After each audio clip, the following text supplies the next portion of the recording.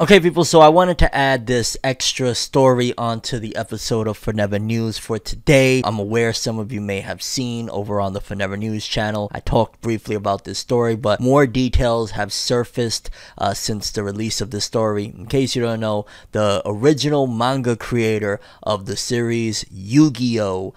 Passed away on, I believe, July 7, 2022. It was in the late hours of the night, probably in the morning time over there in Japan, that we found out he was found dead at 60 years old. According to the reports, because initially all we heard was that he was found basically washed up on shore.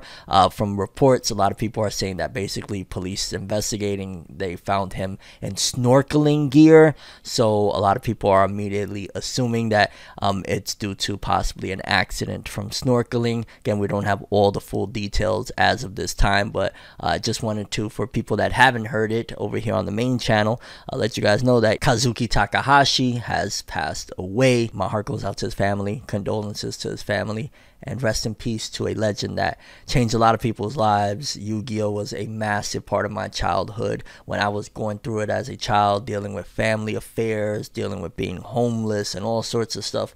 Having my Yu-Gi starter deck by my side helped me get through those times. So rest in peace to a legend. We'll never forget you, fam.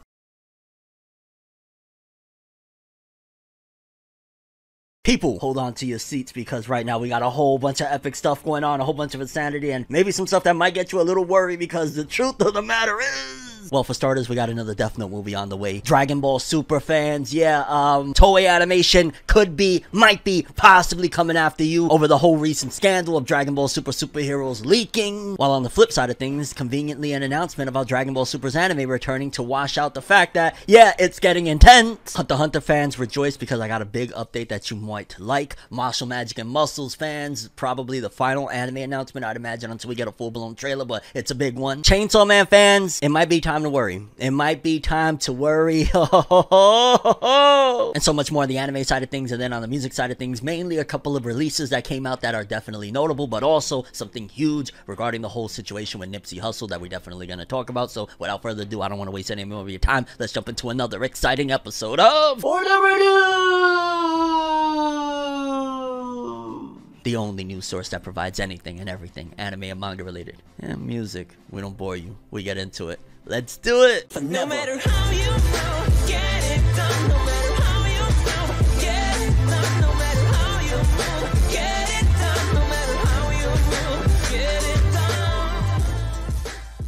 Okay, people, you know the drill. In case you don't, hit that subscribe button and that bell to get notified. We talk about everything and anything in the world of anime, manga, music, and all of that awesome culture, so to speak. Do yourself a service, do me a service, and it'll go full circle. Hit the subscribe button and the bell. Okay, people, first order of business. As I'm recording this right now, it just broke. It'll probably be about a day or so since for you guys, but essentially a huge update that nobody thought was coming regarding another Death Note film incoming, but due to the nature of it, it might actually have some people turning heads and saying, okay, maybe, possibly, because in case you don't know, Death Note has had quite a few movies at this particular point. I know there was at least 2 or 3 that were released in Japan, and then of course we had the infamous Netflix Death Note film that a lot of people didn't particularly care for. A lot of people were kind of like, and I think they even said that way back when the movie first came out, that they were going to be working on another one somehow, despite the fact that fans really weren't all that enthusiastic about that live action. The only thing good about that entire live action was the actor that played L. He actually nailed it, did a phenomenal job. His role was written very, very well. Like, literally, L was the only thing about that movie, because everything else, ironically, was the L. Well, apparently, Netflix ain't giving up hope, despite the fact that it's been quite a few years at this particular point since the Death Note live action came out. They're turning around to do another one. However, this time around, some fans might actually be excited, and there's potential, I'm gonna just put air quotes, potential for it to actually be good, because apparently they're bringing in the Duffer Brothers, or the Duffer Brothers. Forgive me for how I'm pronouncing it. I don't know how to say it correctly. Yeah, these gentlemen are apparently responsible for Stranger Things. It says here, the Duffer Brothers are making yet another live action Death Note adaptation for Netflix. Though Netflix already made a go at adapting writer Sugumi Oba and illustrator Takeshi Obata's Death Note back in 2017, the streamer is gearing up to give it another go with the help of the Duffer Brothers. Fresh off the success of Stranger Things 4 Volume 2, Netflix announced today that Matt and Ross Duffer have renewed their deal to develop multiple projects for the platform and formed Upside Down Pictures, a new production house named for the dimension at the center of their sci-fi opus. In a public statement about Upside Down Pictures, the Duffers shared that producer Hilary Leviat, Orphan Black, and Ozark has been tapped to head the studio and expressed confidence in her ability to make it a success. It didn't take long until our first meeting with Hilary where we bonded over films like Jaws, Home Alone, and Speed, pretty much anything in this press release to divert your attention from the fact that another animated live-action Death Note. To know we have found a kindred spirit, the Dufers said. Hilary's passion for storytelling is perhaps matched only by her passion for the storytellers themselves, for whom she is fiercely protective. No wonder so many writers and directors are drawn to working with her. According to the Duffer Brothers, their goal with Upside Down Pictures is to tell the kind of stories that light them up as young film lovers. Stories that take place at the beautiful crossroads where ordinary meets the extraordinary. Okay, that's definite. Where big spectacle coexists with intimate character work, where heart wins over cynicism. To that end, Upside Down plans to produce a number of new series with similar narrative DNA to Stranger Things. In addition to a Stranger Things spin-off show and stage play directed by Stephen Daldry. A stage play sounds so freaking exciting. Oh god, I'd take my family there in a heartbeat if it was near me. Upside Down is also working on an untitled original series created by Jeffrey Addis and Will Matthews, Dark Crystal Age of Resistance. Upside Down Pictures will also adapt existing properties like Curtis Gwynn's take on Stephen King and Peter Straub's The Talisman, but the project that most likely to intrigue audiences is the studio's upcoming spin on Death Note. Netflix did not announce any hard details about Upside Down Productions' Death Note, like whether it would be at all related to the studio's 2017 film, but given how poorly that movie and many Netflix other attempts at reworking beloved anime classics have been received, if Upside Down Pictures' Death Note manages to impress when it eventually debuts. Now, I'm gonna keep it a buck with you. They are doing this now. This is their new attempt at making people care for the anime live action films and saying, hey, we got, and this isn't necessarily new, I don't want to say this is new, but they've been more prominent with it. Hey, y'all love this title? Well, we're bringing a creator from that title to come do this. Like, we've just heard it a couple different times where it escapes me for the moment, but a few different anime to live actions where, yo, we tapped this person, they're coming through. I believe One Punch Man, they said that they're bringing in the dude from Fast and the Furious to do the One Punch Man live action, and a lot of people were kind of criticizing the work that he did on Fast, so that was something. But then this one, the Stranger Thing bros, like, honestly, Stranger Things has the youth by the cufflink, so to speak. They pretty much, with Stranger Things, have tapped that audience. I mean, my nephew right here, shout outs to my nephew Jojo, he is a massive Stranger Things fan. As soon as the latest season, Stranger Things 4 Part 2 came out, he was like, yo, I'm on it. Honestly, do you think that they're gonna be able to, I guess, make a good anime live action film with the Stranger Things people? Like, is Stranger Things good enough that you feel they can get it right with this, or it's still gonna be bad? No, I think they will get it right, because from the latest season, it's been like a really good quality, really good video, and really good series. Best question. What is it about Stranger Things that you love the most? How like the Upside Down is the same thing as the real world. And then the fact that the name of their production company is Upside Down will get younger kids into it. Yo, you see what I just did? Experimenting. Love you, Joe. Thanks for that. Appreciate you. Yeah, so they're using that as a catalyst, a springboard, so to speak, to get the youth in. And I'm not even gonna lie. If they make a good one, they make a good one. I will love it and enjoy it. In fact, I've become more susceptible to the idea that, yo, this is the push. At the end of the day, the West has bought in heavily into the anime industry. We're gonna get more things like this. We're gonna get more animated live action. We're gonna get more of the West's influence instead of going in kicking and screaming, like I said, for example, with the Trigun new movie that's coming in. I'm just gonna try and hope for the best. If it bombs and it sucks, then we're gonna be here with the pitchforks and the torches and going crazy. But if it's good, it might be good. Hey, at the very least for the kiddos, it might be good if they're giving it anything close to the feel of Stranger Things. And at the end of the day, the craziest idea that I highly doubt will be the one that they go with, but you know, it's just something a little wild. How about just using the fucking source material that you have to actually make a good film? Hollywood's whole minds exploded, like, using the source material properly, nani sore? No! So there's a thought there, but definitely want to ask you guys, pass the question off, how do you feel about this whole thing of the Stranger Things bros, Upside Down Productions, making another Death Note? Do you want it to be a continuation from the 2017? Do you want a faithful adaptation? Here's another quick idea. Why not make a movie or a series based off of that one shot that they recently released? I think that that would go so crazy, especially if you bring in the original creators. Hey, they done with Platinum End. How about you bring them in to make a new Death Note live action series based off of that one shot and have them writing it? That right there. Ooh, again, craziness, I know, but that would print money. But let me know what you guys think about that whole thing. Next up, Dragon Ball fans, I don't want to scare you, but yeah, Toei Animation ain't playing, dog. It's been very aggressive. The fight against piracy, the world government a la One Piece, no. The fight against piracy has been intense, and it's only getting more intense because this time around, Toei are going after people over the whole Dragon Ball superhero leak and whatnot. And I'm gonna say straight up and down, more than like the reason why they're tapping in, the reason why they're tackling this so aggressively, the reason why they're making these announcements and then also adding in pseudo announcements via third-party sources to kind of block out what they're doing is, I'm gonna say that Dragon Ball Superhero is doing lower than their expectations, and they're pissed, and they're going after anybody that is promoting piracy over it because they're losing money. But let's read this article courtesy of Anime News Network, and we'll talk some more. Toei considers legal action against illegally recorded uploads of Dragon Ball superhero footage. Toei revealed on Monday that it has identified about 3,000 cases of illegally recorded footage uploads of Dragon... Okay, so see, this is where they get you. 3,000 cases of illegally recorded footage uploads. So while they pretended at the beginning of, hey, that this is going after people that recorded it, there's 3,000 cases of illegally uploaded. So if you ripped it from somewhere else and uploaded it, you're some guy in Wyoming and you did that shit, yeah, they're looking at you. Dragon Ball Superhero, the second anime film in the Dragon Ball Super franchise, on various platforms such as YouTube, Facebook, and Twitter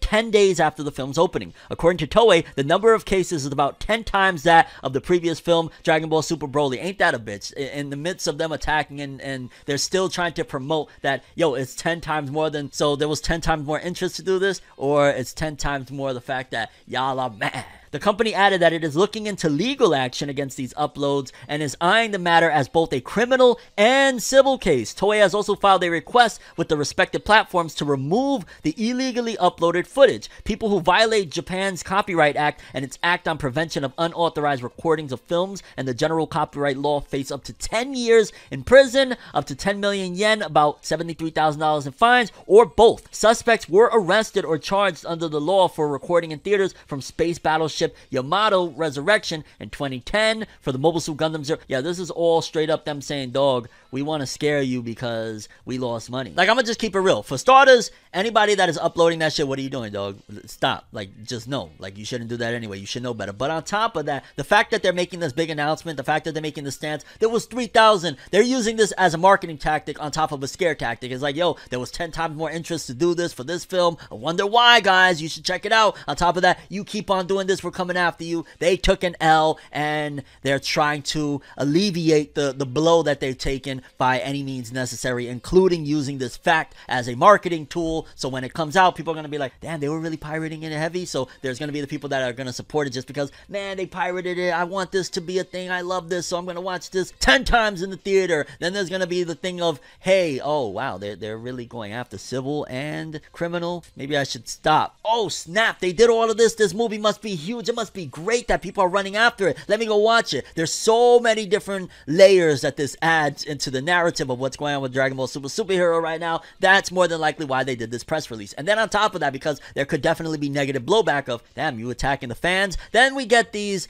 press releases, so to speak, from third-party sources that were suddenly okayed to do it. And forgive me if I'm missing a piece of the puzzle here. Hey, this is what I've gathered thus far, where people came out and started saying, yo, by the way, guys, Dragon Ball Super anime is gonna return, and Toei is doing everything they've been wanting it to come back. Because from what I've seen, it said, one weekly Dragon Ball episode set after the Universal Survival arc are in production. Anime will be back in 2023. And upon doing a little digging, I see that supposedly Toei Animation has been wanting to do this, and that Shueisha told them, hey, until you get enough manga chapters, you can't come back and do this. Just period. Get more manga. Maybe it was disrupting Shueisha's business model or whatever of doing everything original, but nevertheless, basically from what was said is that Toei wanted to do it. Shueisha said no, they got enough manga chapters. It is returning in 2023, which, again, very convenient, awesome announcement to kind of cloud the mist of, yo, we attacking fans. Then number 2, apparently new Dragon Ball movie after Superhero is currently in pre-production. Toei is planning to release movies once in 2 to 3 years. Okay, we kind of heard already that they were on to the next one, and 2 to 3 years sounds about accurate. It was what,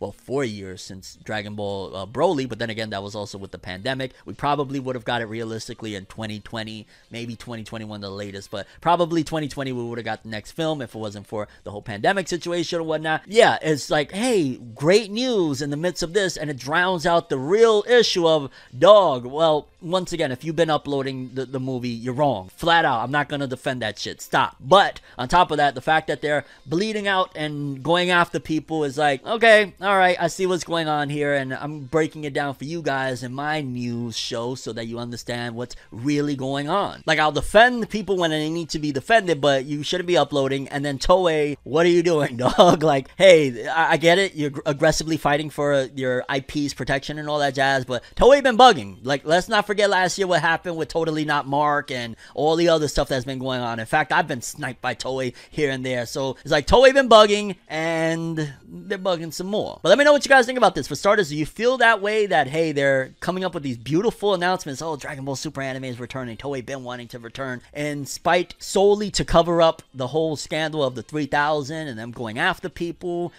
Just your whole thoughts on this. It's like some horrible news and some good news that kind of jumps in front of the horrible news, but dog, it's still there. Like, you could put whatever in front of it, but horrible news, hello. Next up, quick update for Hunter x Hunter fans, but I definitely felt it was very notable because we just recently got the big update on how much the Bleach manga has sold. And in case you don't know, series like Hunter x Hunter and Bleach are some of the highest selling manga of all time. I believe Bleach is like probably top 10, top 15 at this point. They just announced it had 130 million sales worldwide. Really, really great stuff. Now we got a big announcement for Hunter x Hunter, and it says here that according to this, Hunter x Hunter manga has now sold more than 84 million copies, including digital. So 16 million away for 100 million, and honestly, it'll hit 100 million probably a distance away from now, because Hunter x Hunter is irregularly released, as most of you may know. Yoshihiro Togashi is currently in the process of coming off of his longest hiatus. It was like about 3 years since Togashi went on hiatus, and now he's actually returning on Twitter. You know, it's been a big frenzy, him making his Twitter account, all the followers, and all he does is post like little scribbles on the side of each page as he's working on his manga or whatnot, which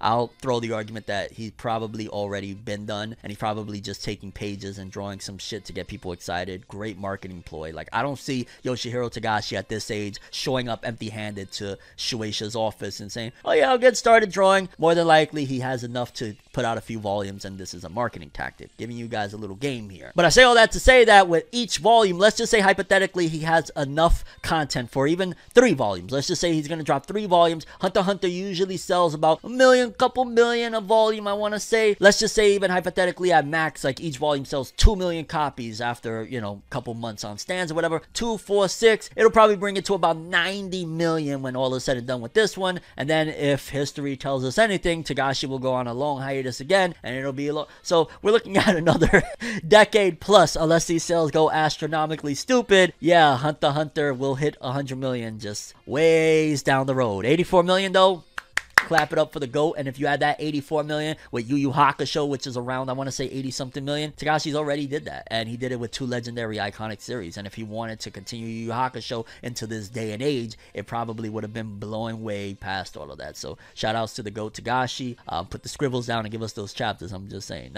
Next up, small update but massive update at the same time, and probably the last update you'll get for a while, for the Mashle, Magic and Muscles anime. In case you don't know, Mashle, Magic and Muscles, it's pretty much Harry Potter meets One Punch Man, all wrapped in an epic funny bun that the main character will probably eat because he loves buns. But seriously, one of the major things that we was waiting to hear the announcement on regarding Mashle is, hey, okay, we know that it's coming in 2023, check. We've seen a promotional key visual, looks cool. We know that apparently it's going to be a quote-unquote complete adaptation for whatever it's worth. Basically, the only thing you can deduce from that is they're going to adapt the entire story of Mashle, Magic Magic and Muscles. How it's going to be adapted, when it's going to be adapted in full, we don't know, but we know it'll be a complete adaptation. The piece that we was waiting the most to hear from is, hey, what studio is going to be behind it? Because you already know, immediately everybody's brains go to MAPPA, Ufotable, MAPPA, Ufotable, as if there aren't a plethora of other really awesome and high quality studios out there. Studio Bones, despite that they've been, you know, kind of pussyfooting around with My Hero Academia, they're pretty awesome. There's A1 Pictures, the remnants of, if they still even exist at this point, Madhouse. There's a few ones, Shaft, but yeah, people were like MAPPA or Ufotable, which one? And it wasn't either. It's actually A1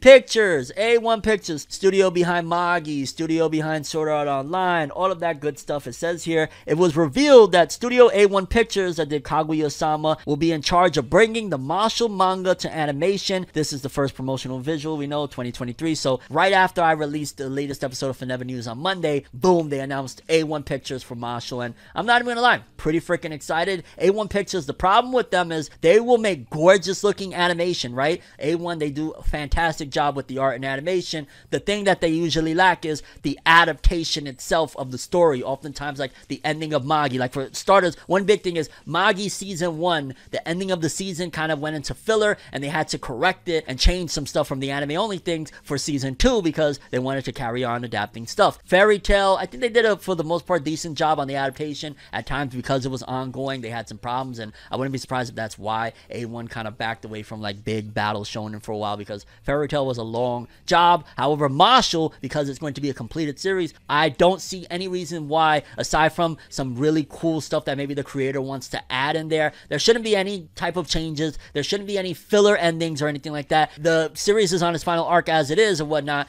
There's no doubt in my mind that A1 will make a perfect adaptation for Mashle. I'm calling it right now. Now, whether people like the ending of Mashle's manga, that's a different story, but I'm going to say there that A1 Pictures has no reason to make anything other than a flawless anime for Mashle. Their production quality is always extremely high, and the source material is going to be damn near, if not completed, by the time it arrives. Make a perfect adaptation. There's no reason why it shouldn't be. Again, the only thing that could be the hiccup in the road is if people don't rock with it or people don't like the ending of the original manga. That's the only reason why it shouldn't be a straight bang, oh my god, you did it right. Or the other possibility of them going like, hey, let's do CGI 3D, then I promised I was going to stop bagging on CG 3D, but here I am, and here we are. But either way, yes, people, Mashle Magic and Muscles, if you've been wondering, you've been worried which studio, A1 Pictures is going to be doing it. I'm going to keep my fingers crossed that, again, there's no reason they should drop the ball on this, fam. This should be perfect or close to it. Chainsaw Man, save me! Chainsaw Man fans, okay, so a lot of people were skeptical. A lot of people were wondering what was going to happen over at Anime Expo 2022 because we was getting a big Chainsaw Man panel, and Anime Expo brought forth a lot of announcements for a lot of huge series. So a lot of people were expecting some stuff.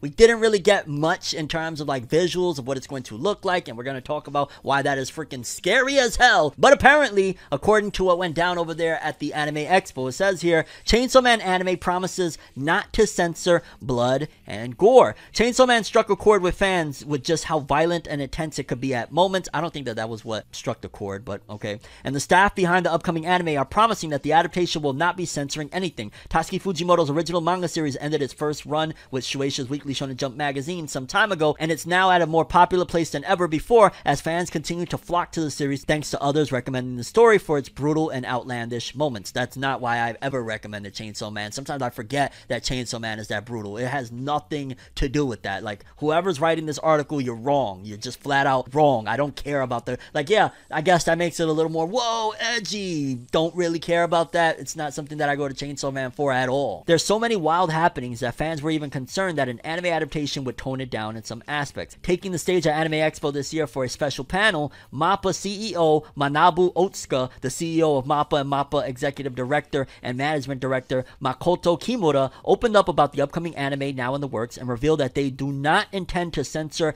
any of the manga's gore or bloody moments. In fact, they are striving to have as faithful of an adaptation to the original series as they possibly can. It's why it's taking such a long time. They want to nail it perfectly. When Kimura was asked about the anime potentially adapting the series' violence, Kimura explained that they will not be doing any kind of censoring to tone it down. This includes either blurring or cross-hatching or other techniques, as they want to stay as close to the manga's material as possible. In terms of how the anime will be handling the manga's wild pacing, the staff also revealed that they are taking in a case-by-case basis in terms of which chapters are adapted, which moments need further time to develop, and many other small nuances of pacing the series as a whole. So while the team at MAPPA doesn't currently have any new material to show from fans outside of that initial teaser launched last year to celebrate Chainsaw Man, the team confirms that the series won't be toning down the elements that fans love. And I'm gonna be honest with you, the fact that that's pretty much all that they gave us at this, you know, big convention, we didn't get a real trailer, we only had that pre-render, it is terrifying to think about, because there's also the rumors that because of that, and some inside sources are saying that Chainsaw Man might be getting delayed. It could possibly potentially have the same type of Attack on Titan effect where it was initially supposed to come in October and they might move it to like December or something. And if that's the case, I'm gonna be very bummed, and it's starting to look like the fall season could be falling apart. What is going on, people? The most luxurious season, the one that we've been all championing like, yo, it's gonna save 2022, might possibly be delayed because, dog, if we're in June, no, I'm scratch that, we're in July right now, and you don't have nothing to show us, that is worrisome, man. All you coming is with a smile and saying, don't worry, there'll be blood, there'll be gore. Like, what the, that's not what we go to Chainsaw Man for. I swear to God, I never, like, no, like, legitimately, that extremely has me worried. Like, so there's nothing there. Potentially it could get delayed. If they go the full 3D CG and it's not even close to the levels of, let's just say, Arcane, I will always say, as it stands right now, Arcane is the prime example of what you should strive to create when you're creating 3D CG. I get it, it took 6 years to make Arcane, totally understand that. I'm saying that that's the standard of, hey, I love seeing shit like that. That's 3D CG that I will rock out with. But I don't know what MAPPA is doing over there. The fact that we don't got a visual is terrifying. The fact that there's potential for a delay, if the delay is to make it really good, then that's fine, but still that's a little worrisome. And just in general, yo, dog, if they drop the ball, this will be easily the hugest upset in anime and manga history. If they don't get it right with Chainsaw Man, I promise you, fans will never let them live it down, and that'll be the end of the MAPPA, MAPPA, MAPPA. Because, dog, you cannot drop the ball on this. This is literally the biggest manga to not have an anime since I've been talking about anime and manga on YouTube the last decade plus. Like, I haven't seen anything have this much hype without an anime ever. So if they drop the ball on this, they're gonna be massively screwed, because fans are not gonna let them live it down. And just in general, this is scary. What do you guys think? The fact that they're coming in with a smile and saying we got blood and gore, do you think that there's a possibility we might be having a terribly looking anime? They're experimenting, and they're experimenting on the wrong one, dog. Don't play with Chainsaw Man. This is not the one to do your experimentation. You want to do that shit, do that with some irrelevant title nobody knows about and nobody cares about. Don't do it with one of the biggest to come out, because it's like, that would just be like, hey, we're proving a point, dog. 3D is the future, and we don't want it if it's gonna impede on what we're looking forward towards. So hopefully they don't drop the ball on this one. Hopefully they get it right, and hopefully they understand that this is important to a lot of people. You will screw this up if it isn't the right adaptation. I'm just saying, and fans are going to be very upset, including myself. I will be leading the charge, pitchfork in hand, and torch in hand, of, dog, don't do it. Don't do it. Don't do it. But we got to wait and see. Either way, Chainsaw Man won't censor stuff, and there might be a delay. Wow. Wowzers. I mean, really? No trailer? No real trailer yet? Like, how long we in on this? And no, that trailer that you saw, that was pre-rendered. That was just made specifically to show you what Chainsaw Man would look like as an anime. That's not the actual look of the anime. Next up, My Hero Academia fans, we got some updates regarding Shueisha and Shonen Jump, what they're doing next in terms of My Hero Academia is going into its 8th year, and to celebrate the 8th year, they're doing another character popularity poll. It says here, courtesy of Shonen Leaks. My Hero Academia will hold popularity polls to commemorate the 8th year anniversary of the series, and apparently, like, My Hero's getting the cover of that issue of Jump and all of that good stuff. And at this point, who would be the most popular of the series? I'd imagine Endeavor got to get a spot very high up there, right? I feel like we just did a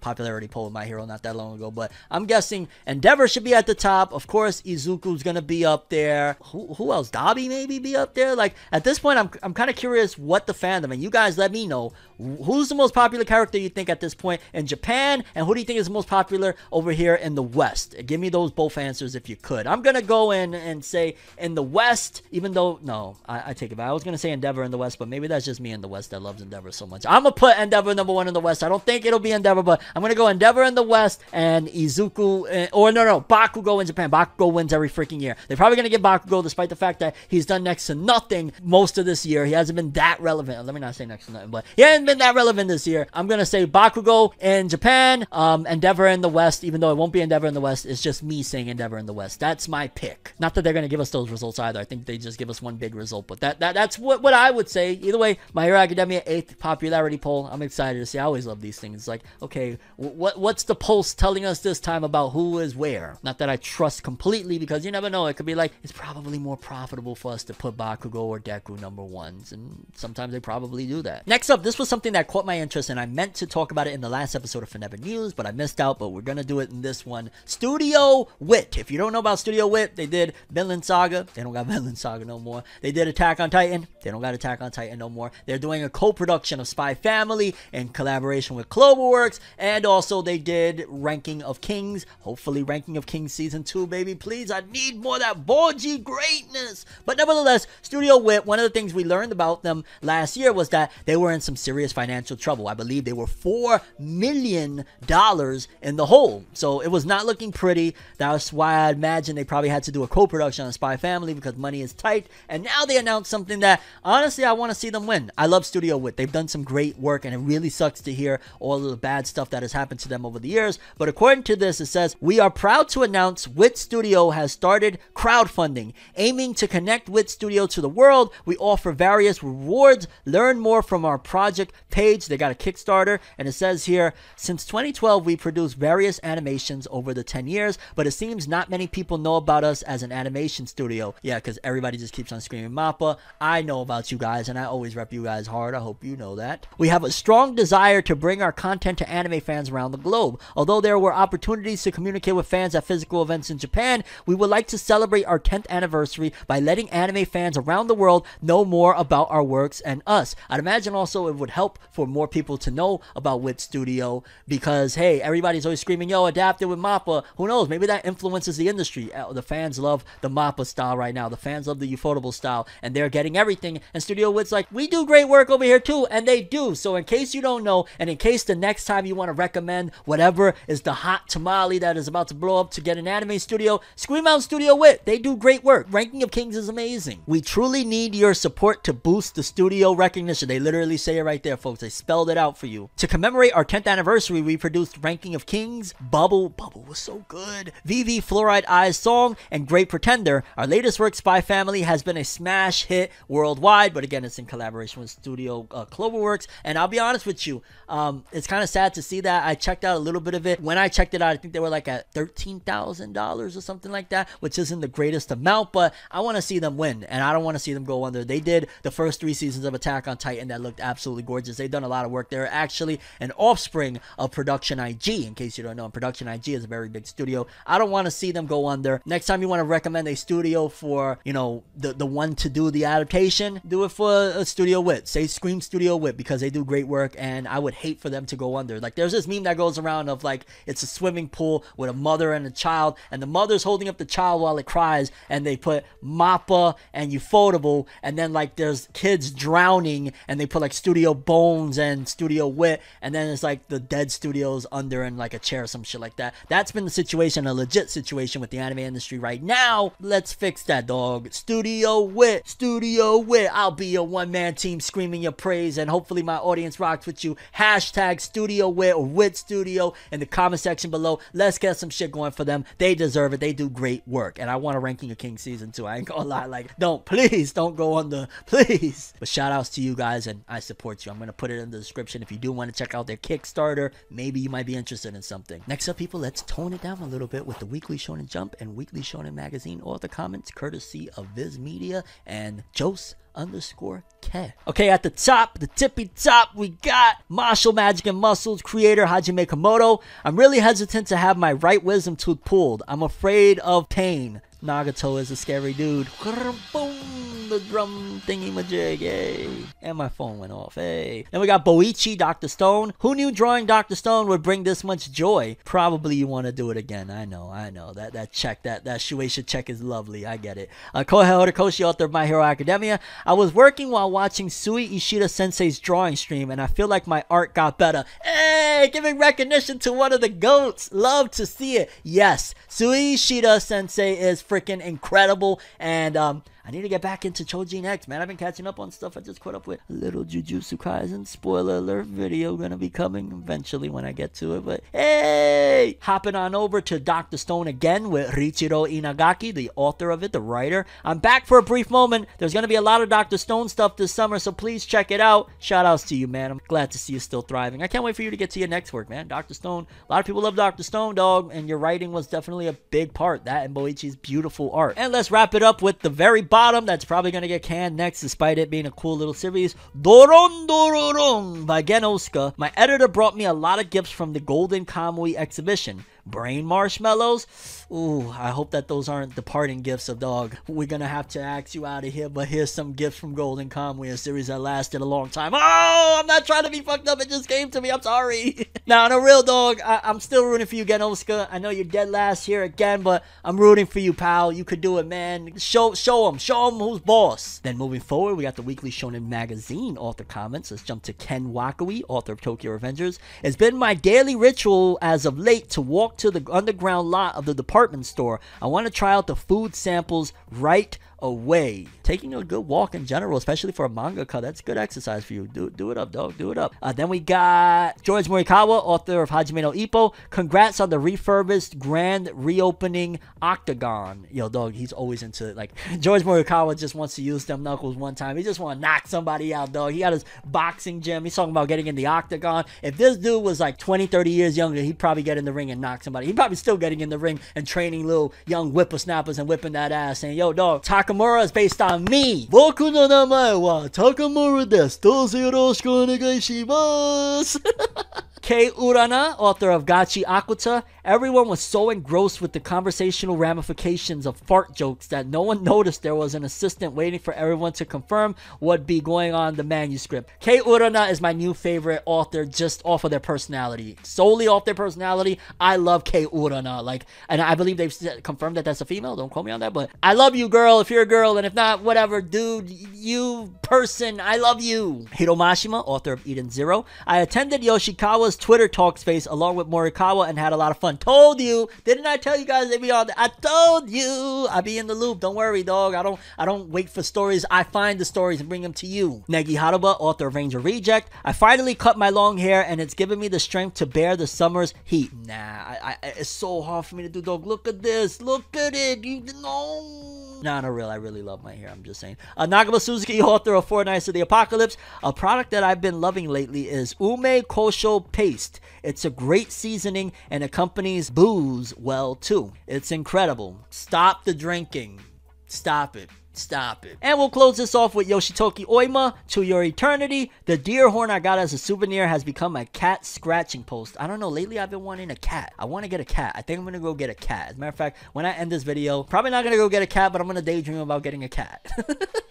And yeah, people, those were the Weekly Shonen Jump and Shonen Magazine author comments. Always a treat, my lord. And that was the end of the anime section. And to be honest with you, there's a couple of other stories, not just music, that I want to talk about. And I'm going to talk about it. It's FORNEVERNEWS. If you like it, appreciate it. If not, there's the end of the anime section. In fact, everything is time-stamped out in the description below, so you know what to avoid. Please allow me to cook, and I'll give you guys the show you want, and a little bit extra for people that want more. Because for starters, I wanted to jump into something that I was so freaking excited about. I had no idea was happening, and it's happening. A video game that you may remember, may not, from the PS3 era called Lollipop Chainsaw. Not to be confused with Chainsaw Man. Chainsaw Man, save me. I don't know, that's going to be a running gag in FORNEVERNEWS for a good minute now. But Lollipop Chainsaw, it was a really dope game, and apparently they're doing a remake of it. According to this, it says, Lollipop Chainsaw remake is currently in the works. The studio apparently bought the rights to the IP and is currently working on remaking the game for a 2023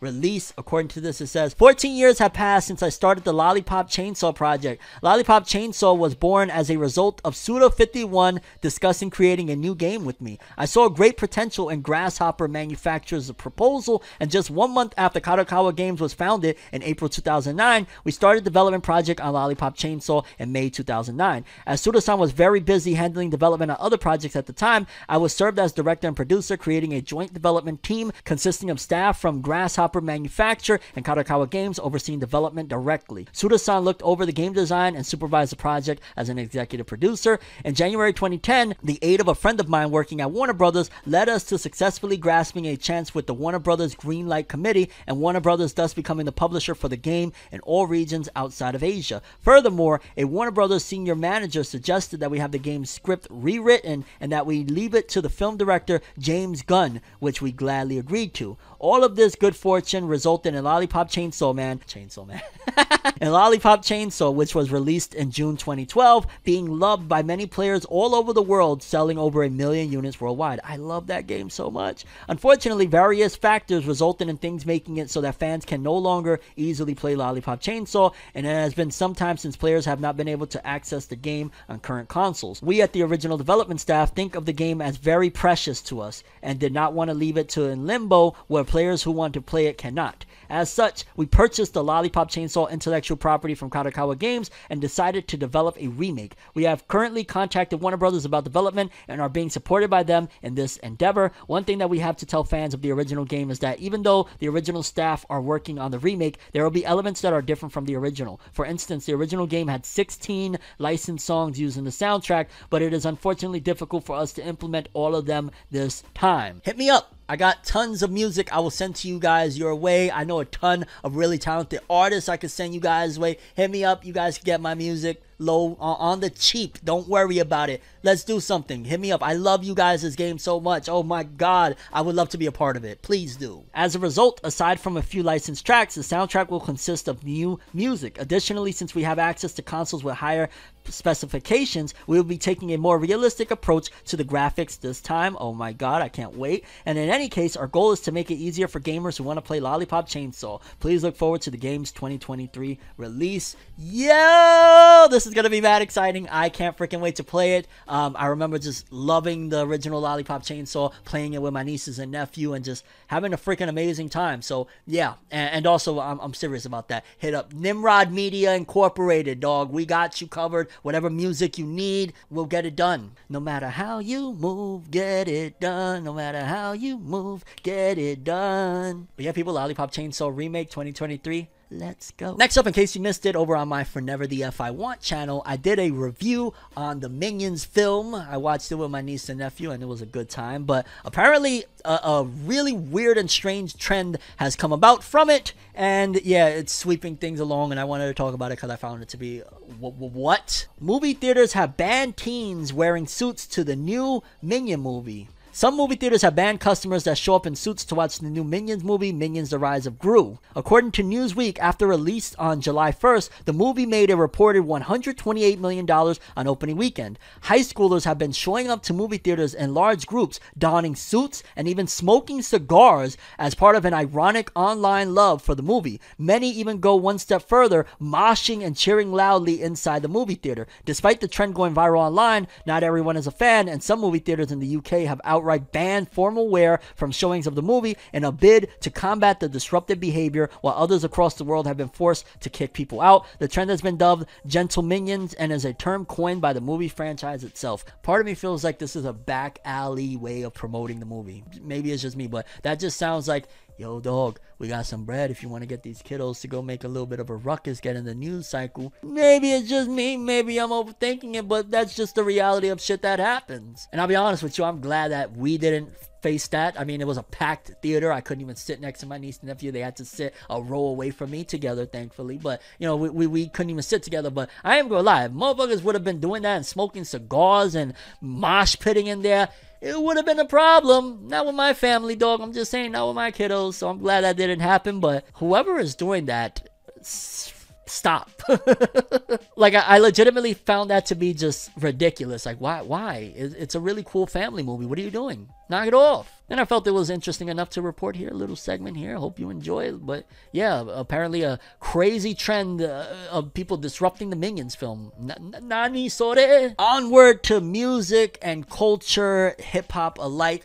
This is very, very, very big. And I'll be honest with you, I'm going to tread very lightly about this because this is street politics, street stuff that I don't dive into. But essentially, according to this, breaking news, Nipsey Hussle's killer Eric R. Holder Jr. Jr. found guilty of first-degree murder in the 2019 death of Nipsey Hussle. I recall them saying something about he was trying to play or plead the insanity case or whatnot, whatever. I'm glad that seemingly some justice has been served. I also know that him trying to get to the courthouse, he kind of took a whooping and stuff like that, and good. Nipsey Hussle was an incredible man, and he was taken from us by this person. Whatever happens to him, good. Nipsey Hussle was changing the world in ways that most people don't understand and don't know. Whatever happens to the person that took him out, it's what you got coming to you. So rest in peace, Nipsey Hussle. Once again, condolences to his friends, family, and everybody that to this day is still mourning the loss of such a great person. But yeah, they got this guy that gave him a nice ass whipping. He's convicted. He couldn't plead the insanity plea, or he couldn't get an insanity plea, and ultimately we'll see what time they give him, because at the end of the day, he's on camera, cold-blooded, taking out a god. You deserve ultimately the worst of the worst. We'll see what happens. And because I want to end this off in a positive vibe, we got a couple of music releases. For starters, we got this really awesome song called Supernova by Ichibandon. You could go listen to it over on aroomfulofmirrors.com. I'm not even gonna lie, dog, that record is such a vibe. There's a couple of lines that I feel it in my soul. It's more than a vibe. Shout outs to Ichibandon, just an amazing artist. I believe he's also a producer. He does a lot of really stuff. He wears a lot of hats, but he does them very well. He wears them very well. So shout outs to Ichibandon. Check out Supernova. And then also we got something that one of you guys had recommended to me. Like I said, send me the stories, send me the music. I will talk about it if I find it of interest or something that is really dope. It's a band called Royal Coda and a record that they, I believe, just released with a music video called We Slowly Lose Hope for Things to Come. I really dig that record, and I believe they're an indie band, but I love the record. Shout outs to, again, Royal Coda. Kind of inspired me. I gotta step it up a notch with my music, especially when I'm hopping into more experimental stuff, rock and whatnot. Really dope record. Go check it out. I'll link everything either in the description or in a pinned top comment. Again, Ichibandon, Supernova, and Royal Coda, We Slowly Lose Hope for Things to Come. Check them out. And yeah, people, that wraps up this episode of Forever News. Curious what you guys think. Most important story, favorite story, something that I didn't talk about, and you're like, Fornev, oh my god, why are you not talking about it? Let me know. That's all I have for this one. I'm ForneverWorld, and as always, people, have an awesome day. And remember the golden rule: anime and manga for life, boy. Have an awesome day. Peace, and you guys just watched another episode of Forever News. Have an awesome day. Don't forget to subscribe and hit that bell. I'm just saying.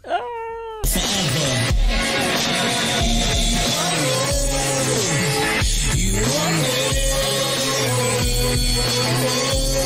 are